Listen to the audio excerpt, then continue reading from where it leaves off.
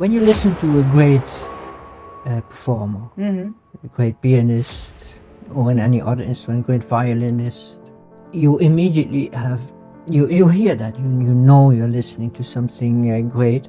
It's impossible, for example, to mistake, even if you listen just to a few notes. If Horowitz plays it or Rubinstein plays it, maybe there's two very great ones, but they are so different. Yes, I think music is like a painting with sound. Yeah.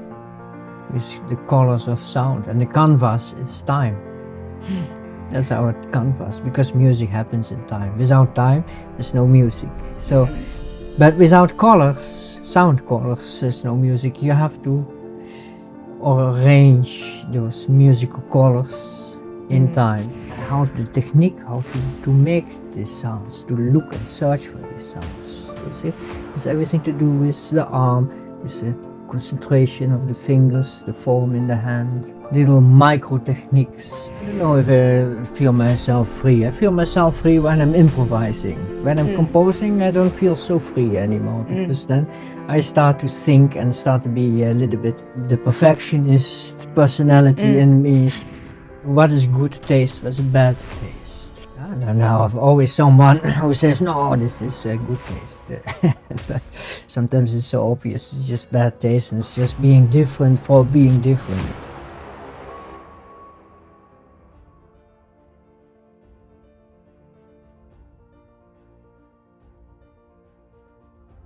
Hello, art lovers. Today we are invited in a music studio of Dutch pianist Lars Nelissen to make conversation about art versus classical music.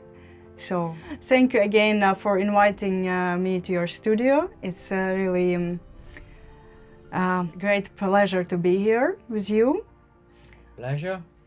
Yeah, and I was doing actually research about you before I came here, so to find a little bit more information. Very interesting facts about your past, your childhood.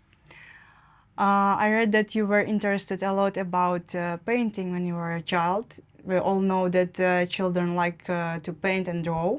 It's not a secret. But in some cases, with some children, painting and drawings, all kind of creativity activities can lead to the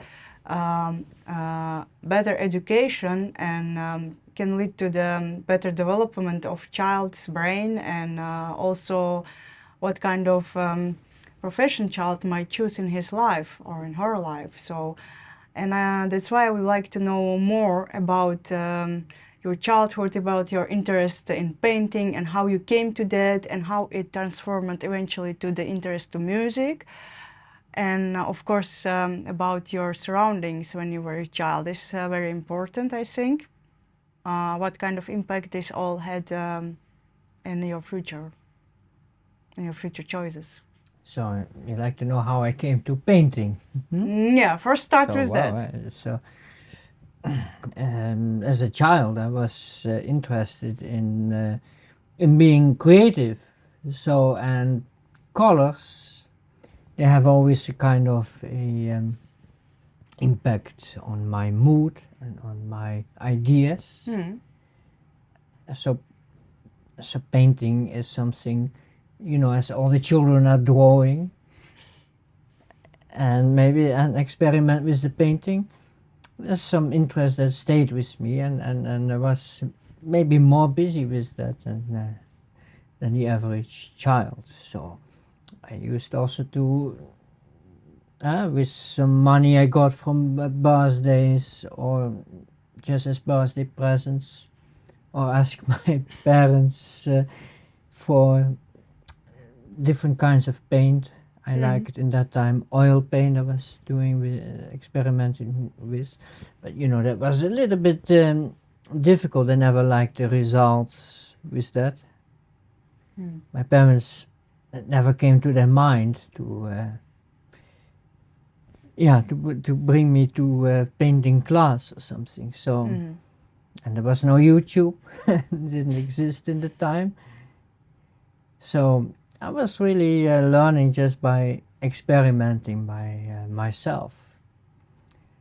But there was acrylic paint was more easy to use. I liked it, and also water paint, and with pencils, colored pencils, and so on. But when I was around 12, I started to getting more interest in music. Actually, it's maybe also because I didn't get this class about painting and so on, so you're lacking the technique and you're starting to feel limited while my ideas are growing.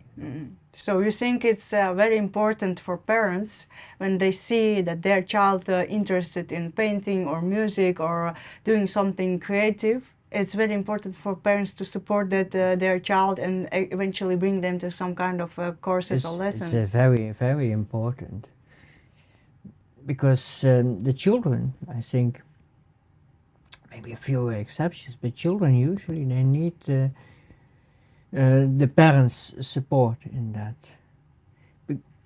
As a child, I wasn't even thinking about lessons. I even didn't know that existed, the painting lessons, drawing lessons. Something you do at school sometimes, but who knows to teach you there anything there. It's just like being creative, but you don't learn anything about technique. I understand what you mean, yeah. Yeah, but children will not think about that to have lessons. It's a responsibility of every parent to do so. But it didn't happen. And I was kind of interested also in first in Queen music. I was a real fan of Queen, particularly the personality of Freddie Mercury. He played the piano, and it was something. I want to also be like that, Yeah, but the Queen is not a classical music. It's yeah, but pop. It's very good pop music, and it has a lot of elements from classical music. That Freddie Mercury was also having playing the piano since he was a child, and in Zanzibar he even won a little youth piano competition there. Oh yeah, I didn't know that.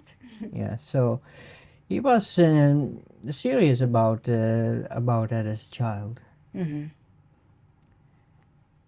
But yeah, and he chose to become in his late in his young adolescence period.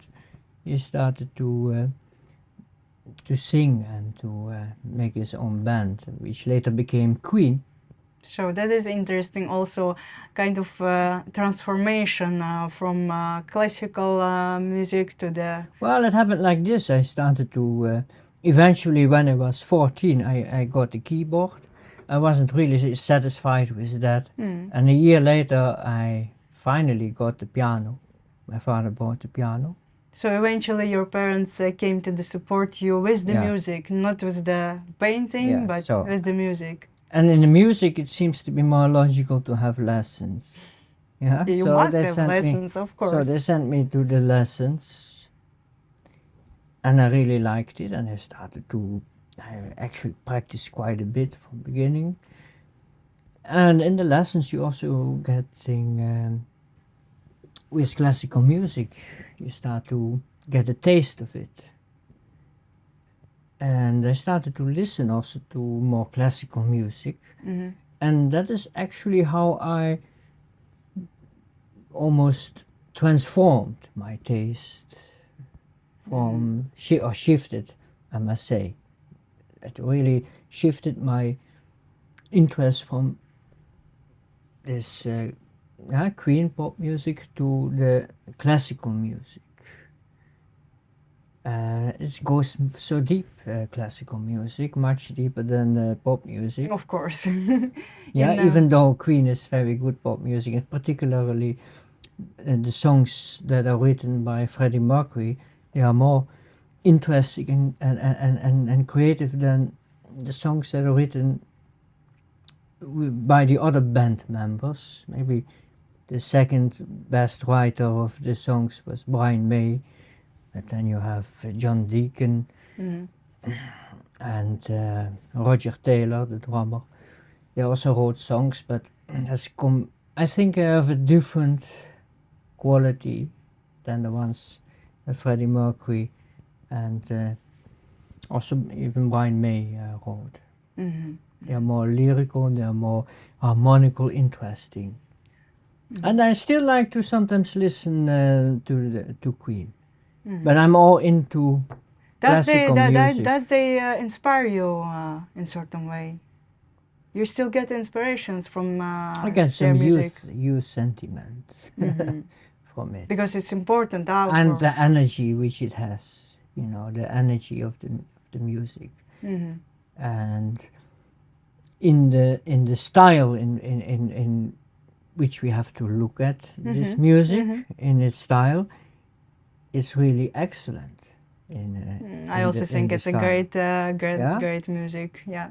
But you cannot compare No. the apples and the pears. No. If you're going to compare as which music is better, Chopin or Liszt or some pop musicians, you cannot compare. No, you cannot. No. It's too different. Although it's both music, but it's a different way of approaching the music. Yeah. And what about your first teacher then, where you got real interest over classical music? Well, I had my first teacher was someone from our village where I grew up in. And we come to your part of the question about the surroundings which you ask. So I grew up in the countryside, a lot of nature. Nice river going through the village, so that's kind of atmosphere I grew up in. As a child I was always outside. I was not much inside, and when I was inside it was, you know, with the drawings and so on, but I spent lots of time, and also naughty things I liked to do when I was a child. So I was a real boy who didn't like to come home if he didn't have to. So I think it's great because nowadays many children are sitting at home with the computer gaming, and for parents it's really like hell. Might be because children are losing their interest in real life. You know, the nature, it gives some the beauty, the sense of beauty, and that is what I also liked to express in the painting and now in the music. And for me, that's maybe my personality, I find colors in that even more important than the shapes, the form. So you will find in art sometimes you see in music, but in painting as well, I think, where form, where shape is very clear and the main thing, and you have art where color is the main thing, and where shape is maybe secondary or not important at all. So secondary, like we see in, for example, in Debussy, as we talk about music, and that's I like, or Scriabin, but also form is important there, but it has a different role. It keeps the colors on the right place, so that it gets meaning, because without form there is no meaning. But now I forgot a little bit. I was asking you about your teacher, my teacher, yes. So I started with the teacher here in the village, and he was not a main subject piano teacher, as we say that. He studied conservatory, but he was a saxophone player. He was very good he was a good teacher, and he also continued teaching me ear training and theory until I entered the conservatory. He prepared me for that. But I own my first 1.5, 2 years of piano to him, and he was teaching me everything that he knew. And he then also said, you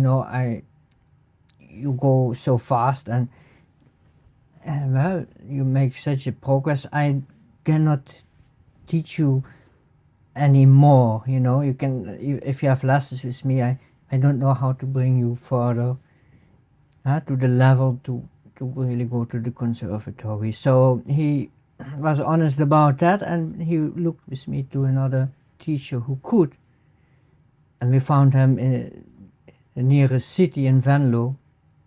It was Peter Simons. My first teacher was Jean Timmermans. He died a few years ago. And then Peter Simons, we still have contact. He taught me the 2 years which I still had before I graduate from high school and go to entrance examination for conservatory. And there I started also to learn about really how to use the fingers and the arm, because he was a student of the teacher that I got in the conservatory. We started with him, graduated already. So, and that's Avi Schoenfeld. Avi Schoenfeld, really very great teacher and very excellent pianist.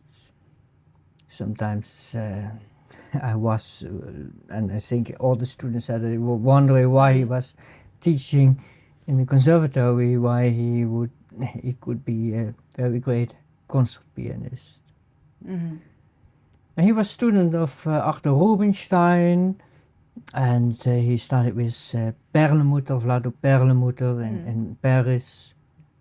Also with Rubinstein for several years he studied there, weekly lessons. And he was a student of Yvonne Lefebvre and Ilona Vinci. So Yvonne Lefebvre, she was a student even of Debussy. Oh, go so deep. Yes, and Vlado Perlmutter was a student of Ravel. So, and Yvonne Lefebvre was also the assistant teacher from Alfred Cortot. So, and he's considered one of the the greatest pianists that he was from the Paris Conservatory of the past century. And Ilona Vinci, she was I think she was a student of Bartók. I have to check about that. But and this influences, and then we have Nadia Boulanger. He studied composition there. Everyone who knows a little bit about in this world knows the name Nadia Boulanger as maybe the greatest composition teacher of the 20th century. So your teacher got a lot of connections and Yes. a lot of people influenced through. People influenced each other, and they all influenced to him. Yes, in music we have. You got his influence eventually. Yes, and Rubinstein, he was a student of Bach, and Bach was the student of Liszt. So it goes so deep. This line we can draw. Liszt, from Liszt eventually. So from Liszt we go to Czerny and to students Beethoven. of your teacher. Yeah, so it's really amazing this how you can draw this line. I think in fine art is eventually the same kind of a line you can draw. Yeah. So he has a very great talent, and I was very lucky that I had an opportunity to study with him, that he accepted me as a student, and I learned really a lot about piano technique. He knows so much, but also about music interpretation and how this connects with the piano technique. And that's I really learned from him, and I also try to teach that in my own way, of course. in my teaching. So you adopted his way to teach, and Yeah. you presented to your own students. And not only to teach, but also to look for the colors in the music, and that's really what I like. He could make a passage in let's say you're learning a Chopin a nocturne. Mm-hmm. He could transform this in such a way that's just so beautiful, the sound. Mm. And how the technique, how to make these sounds, to look and search for these sounds. We see it's everything to do with the arm, with the concentration of the fingers, the form in the hand, the little micro techniques that are involved. Because to have an idea of what you want to do is one thing, but how to do it is another thing, and that is, I think, what mainly distinguishes the professional from the dilettante. So a dilettante musician, they mostly play through the notes, and they don't Well, maybe put this kind of expressions and colors and imagination, but they just play maybe through they the do, notes. maybe they do, but they can. Some of them can be quite decent, but I think the what is important is that you not just do it on feeling, but also that you do it on the knowledge and the feeling, and that you know where to look for. And then we get actually into because it's a very difficult question, what is good and what is not good, you know? Yeah, in art it's like that. What is and then we get to what is good taste, what's bad taste. Sometimes it's very obvious what's good taste and bad taste. Now I've always someone who says, no, this is good taste.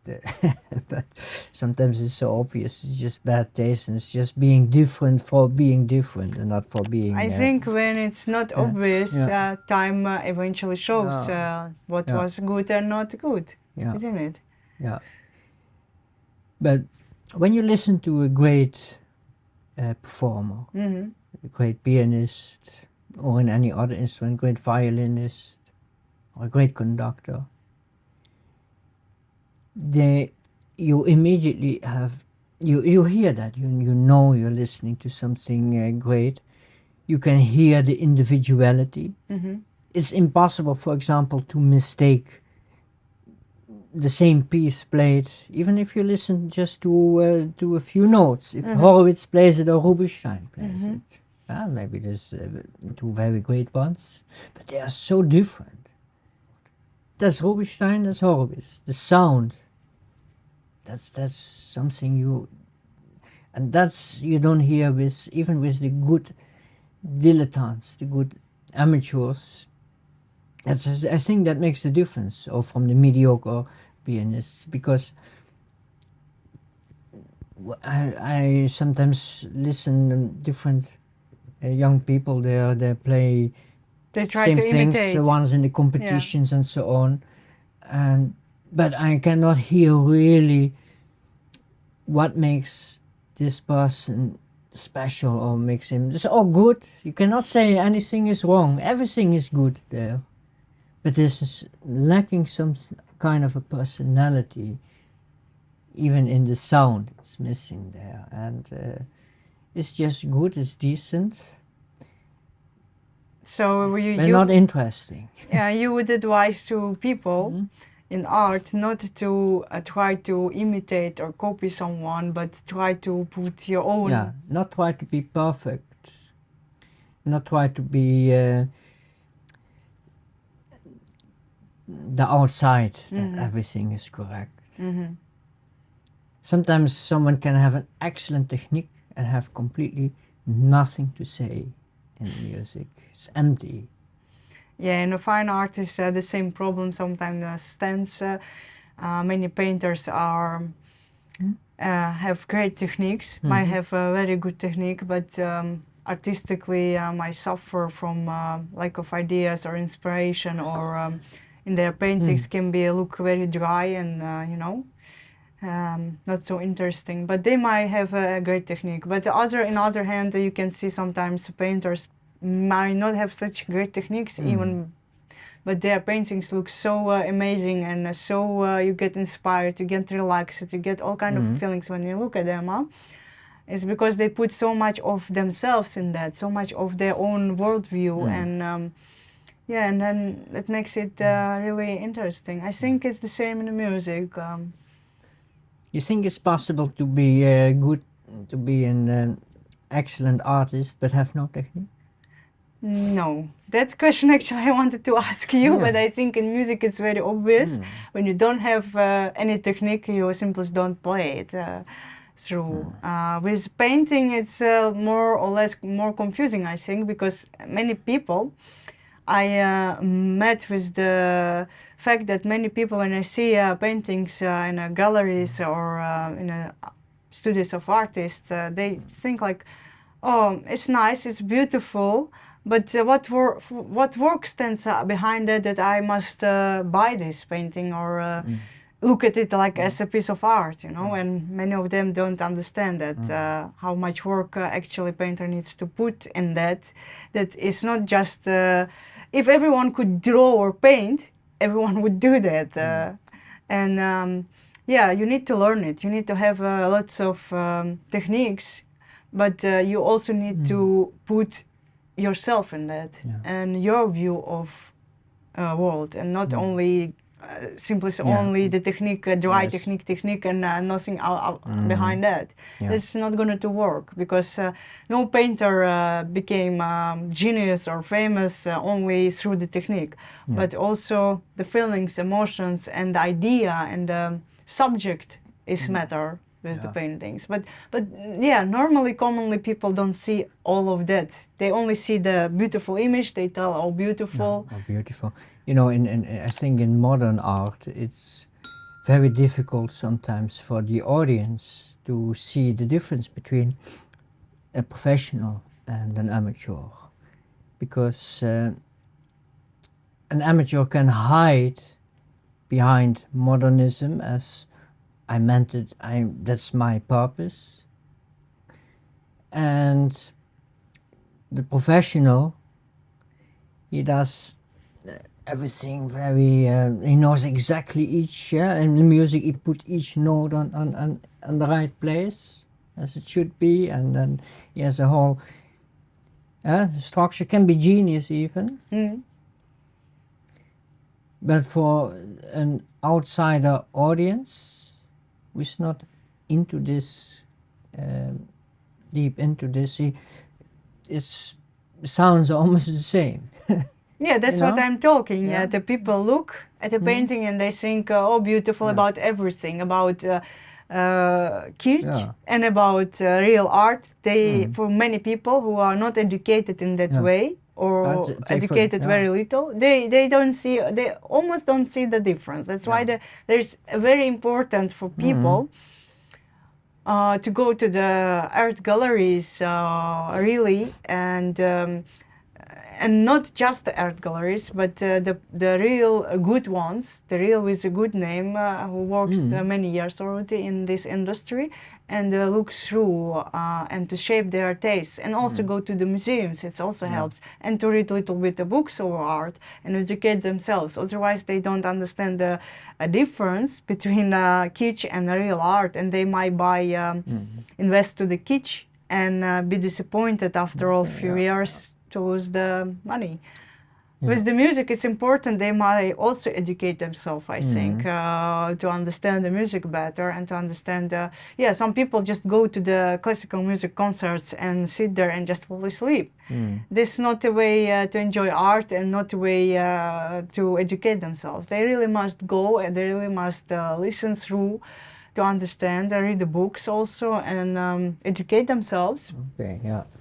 It's no other way. But I agree with you there's very difficult nowadays to draw the line between kitsch and art in music and Well, in it's fine possible, art. but you have to educate yourself a little bit. Yes, yes, as you just explained. Yeah. Yeah, For but example, Pierre Boulez, is, I think, from the modern composers, the one who knows the most. I think he knows about composition more than any other composer, and it's very modern, and it's excellent. Right? And if you like that music, you will find a lot of great excellence in that.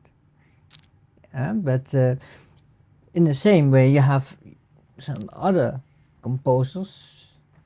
I cannot tell you any names, probably because first of all, because I don't remember the names, and second of all, I don't see anything nice in that. Who are just banging the piano or banging, raping the instruments. And without any vision, without any, just making noise. And also this kind of composers, and they also call themselves composers an artist, yeah. And it's a pity because it dilutes a little bit from the real art, and it makes it difficult for the audience also to know where's the art and what is just noise, because it's just noise actually. But it's also a matter of marketing, you know. Nowadays is so many things are marketed just, you know, and sometimes the kitsch art must be markets itself so good, you know, and sells so good that people go for that. So it's also matters of marketing of what kind of art and what kind of music we are gonna to market to put through the public there, you know. Then we get to the marketing. That's what sells now.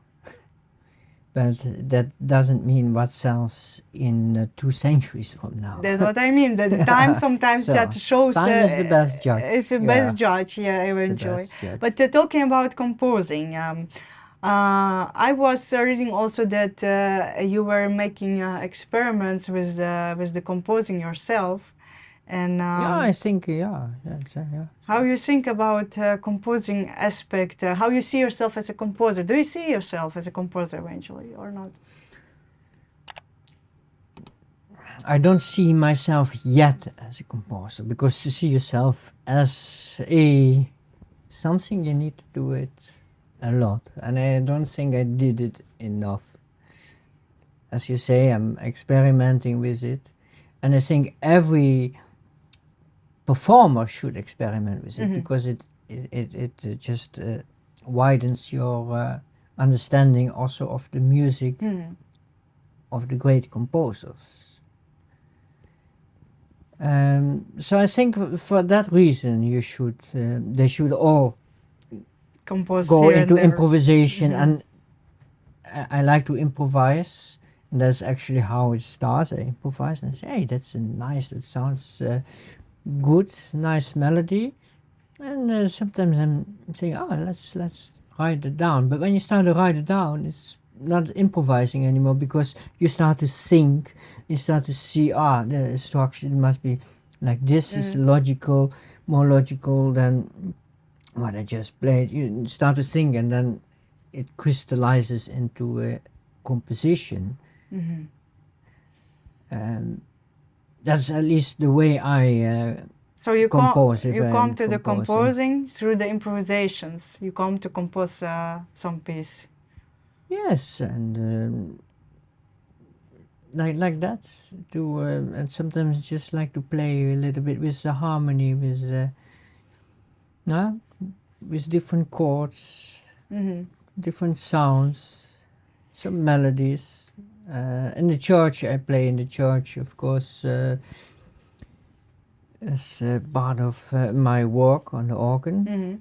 I'm not an organist, but I can play the organ decent enough to play in the church, and there I like to improvise a lot. And I also, you know, when the choir sings the melody, I only have the melody in front of me, and I'm making some accompaniment through that. And I can do this without even preparing, and that's called improvising, when you don't prepare. That is one aspect that's, I think, important to develop. Makes you also a little bit more flexible as a musician. To improvise. Yes, for example, when you play a piece and you somehow not sure, sometimes the memory is is not always 100%. Then you have more flexibility to get back to because you see the logic more. You feel, and in improvising, of course I think about chord progressions, but I also hear them, because you're not thinking, which chord should come after this. You're not thinking like that when you're playing. So the ears tell you, now this comes and now that comes. And the fingers follow the ears, and then I guide them from, no, I don't want it, I want it this direction, and then I'm thinking, you know? Yeah, in painting it's the same. Painters use etudes. They paint a lot of etudes to. It's the same as improvisation, as you tell. Not the etudes like etudes in a music, but etudes in the paintings. It's like etudes. It's like improvisation in the music. So yeah, they quickly do some sketches or some quick short etudes to get a little bit themselves in training atmosphere and get some kind of new ideas like that, you know. It brings a lot of ideas. Yeah, it's the same thing in painting as in the music. Yeah. So, but you like composing. When you compose, you feel yourself free in that. I don't know if I feel myself free. I feel myself free when I'm improvising. When I'm composing, I don't feel so free anymore, because then I start to think and start to be a little bit, the perfectionist personality in me starts to take over the role. Yeah. And in improvising, I'm not so much a perfectionist. I learned through the years also, by doing it in front of the people in the church, that what I consider as a mistake when I improvise, people don't hear it. People think, this meant like that, you know. Sometimes people even don't realize I'm improvising. They think, what piece was that you was playing? And I say, I was just making it up. I don't know. Maybe, it sounded familiar. That's interesting. Maybe it's somewhere in the back of my head and it came out, and I feel it's like improvising, but somehow it came from somewhere. That's very much possible. You sometimes see in compositions, in composers, sometimes you have a melody and you think, hey, that melody, I saw that in another piece from a completely different composer. He must have stolen it, but maybe he stole it, maybe he didn't even, he only heard his composition years ago, and it stayed in the back of his head, and then it comes out and you feel it's like your own, you know? I don't call it stealing. I call it stealing as an artist. So in paintings we have the same also. When one painter looks up to the works of other colleagues, he sometimes sees some kind of objects or details which might inspire him and stay in his head, you know, and he can just another moment put this in a canvas, but of course in his own way. But I don't call it a real stealing, actually, because it's, I think, a little bit taken as an example, you know. Yeah. Something. You know what is stealing? Stealing is to take something that is not yet published from someone else, and then come forward with that and say, I did that. Yeah. That is stealing. Yeah, exactly. That is stealing. But, you know, in the time of Bach, composers were lending melodies from one another, and it was considered an honor. And Bach did not pretend he wrote that melody if he took something from Vivaldi or from Handel or whatever, or vice versa. Yeah, that's. But nowadays, in the commercialism, we have plagiat, yeah? Yeah, sure. And then immediately the big companies are on it, even not the creator himself, but the big companies are on it because what they see is the money only. But usually that's not the artist mentality. No. But it's of course not nice when you did something and you are yeah, you are maybe not so a big name, but you and someone else who has a big name, he takes that and then he says that he or she created that as his or hers, and completely no credit for the one who actually came with that. That is, and sometimes that happens, and it's very difficult to prove who was who it actually was, you know. And that is we're getting into a different kind of topic. Subject, yeah. But that's icon stealing, yeah. Yeah, interesting. So I also read that you were traveling a lot, that you like actually to travel, and that you were in many kind of countries, and even Asian countries like China. So I think, and I'm very, very sure that these travelings influence any artist or musician in a certain way, in cultural way, or you know. And did it influence you somehow in some point? These travels and these meetings with other cultures, you know. Of course, it's first of all, it develops my personality, my experience. So maybe I look to things a little bit more in an open way, yeah, more broader perspective. I was in China. I was also living there for over 2 years, almost 2.5 years. I was teaching there. I was seeing how people there are involved, how the way they're involved with classical music, because that was also the field in which I was teaching, piano. And you learn from this kind of how different mentalities, how they are. And I was sometimes amazed when I was in China and I was there in some piano shops, and they have then a lot of rooms they rent out with some kind of completely banged piano, because they play with very strong fingers, and you hear their little girl, 10, 11 years old, learning some Schubert. I remember she was learning the Schubert Impromptu number 4. She was really repeating for hours the same passages, very loud with strong fingers, very good for technique and so on. Yeah, I was thinking that's maybe also work a little bit on sound and on colors. Yeah, but you will here not so easily find the children work and practice like that. That's my point. And therefore, the result is that when you look to piano competitions, it's not without a reason that the majority are from Asia. Yeah, the ones who are getting into the finals and so on. And that's to do with working mentality. You think in Asia, children work on themselves much harder than here? Yeah, I think so.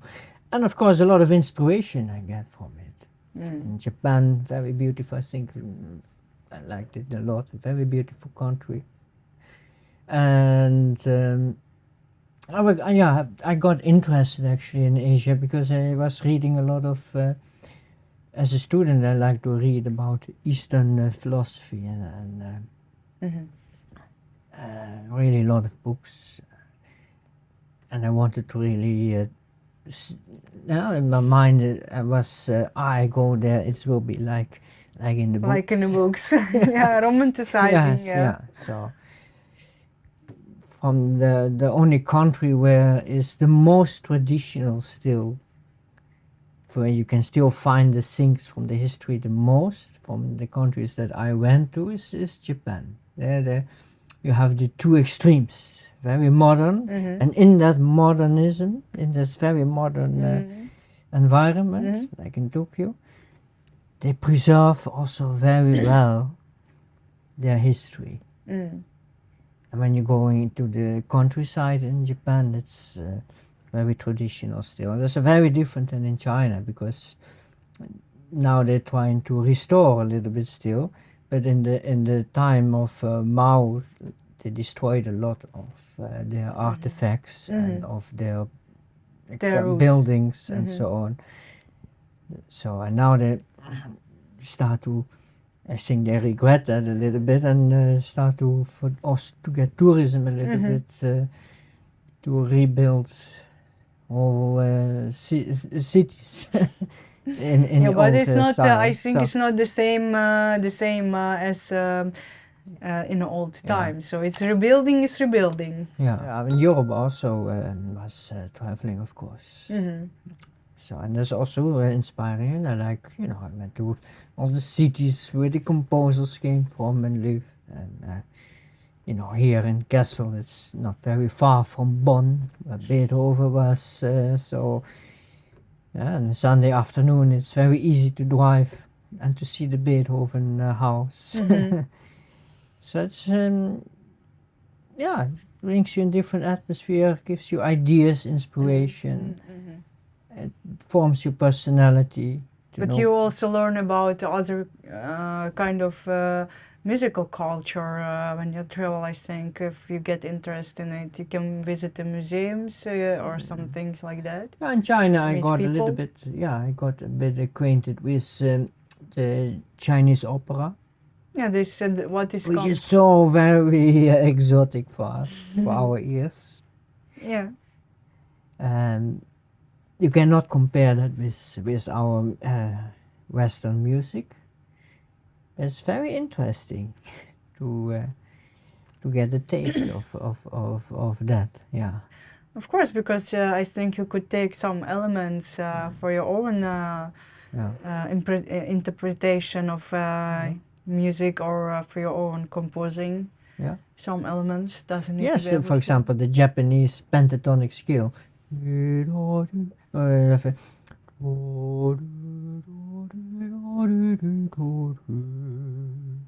Yeah, there's this pentatonic.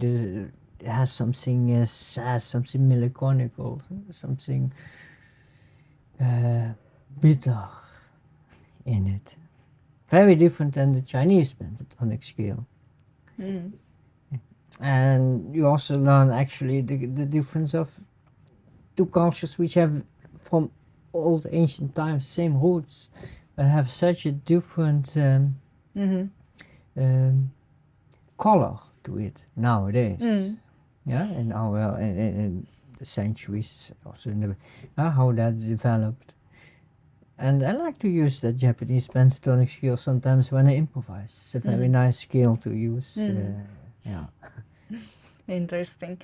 So where next you would like to go? You were in Asia. You were Russia. traveling I was and were several times in Russia. To Scriabin's house museum in Moscow, and to St. Petersburg, and also in the south. I made a little Scriabin pilgrimage, I call it. So in the footsteps of Scriabin, I went there. My favorite composer, Alexander Scriabin. But I would also like to see maybe a little bit the other side, more the West. I would like to see maybe United States, South America. I really like the Creole music. Ginastera, Alberto Ginastera. I played some pieces of him, Mhm. and I really like that, this dance, and this also the color in it, the kind of dissonance that he uses. Mhm. I really enjoy that music. Makes me always very positive and yeah. So then you for sure should visit, go there, Mm. and get inspired again. Yes. So and I think for today that was that our conversation. So I enjoyed it a lot, and I would like to tell you big thanks for inviting me again here to your studio. It was my pleasure. Yeah, it really was very great to talk with you, and inspired me a lot for the new ideas actually. Yeah, and I think fine art and classical music, these two words, they are not so much different from each other. I think they are quite similar in many points, only they express themselves in different ways through different subjects and instruments. you Yes, know? I think music is like a painting with sound, Yeah. with the colors of sound, and the canvas is time. That's our canvas, because music happens in time. Without time, there's no music. So, but without colors, sound colors, there's no music. You have to arrange those musical colors in time, and that's, I like to call it the painting with sound. So painting in which develops Yes. in time. Yes. Yeah. So, and paintings, they are frozen, as you told. That is true. They are freeze the time. They are like a memory, like a something which brings you again back in time, actually, to your own memories or emotions, you know. But at the same time, I know that many painters, they get inspired by music, you know, when they listen. By my own experience, I can tell you, when I listen some classical music, I get a lot of inspirations, and it brings me to the mood to create more art. So we influence each other. So, and I think even when painters and musicians start to work together, they might make some great work, some great creations in there. I think it's really very important sometimes to mix these two directions and bring them something new from it. Pictures at an exhibition, huh? Yeah. So thank you again a lot for your time, and that you had with me this unique conversation. I hope we see you soon later again. Thank you.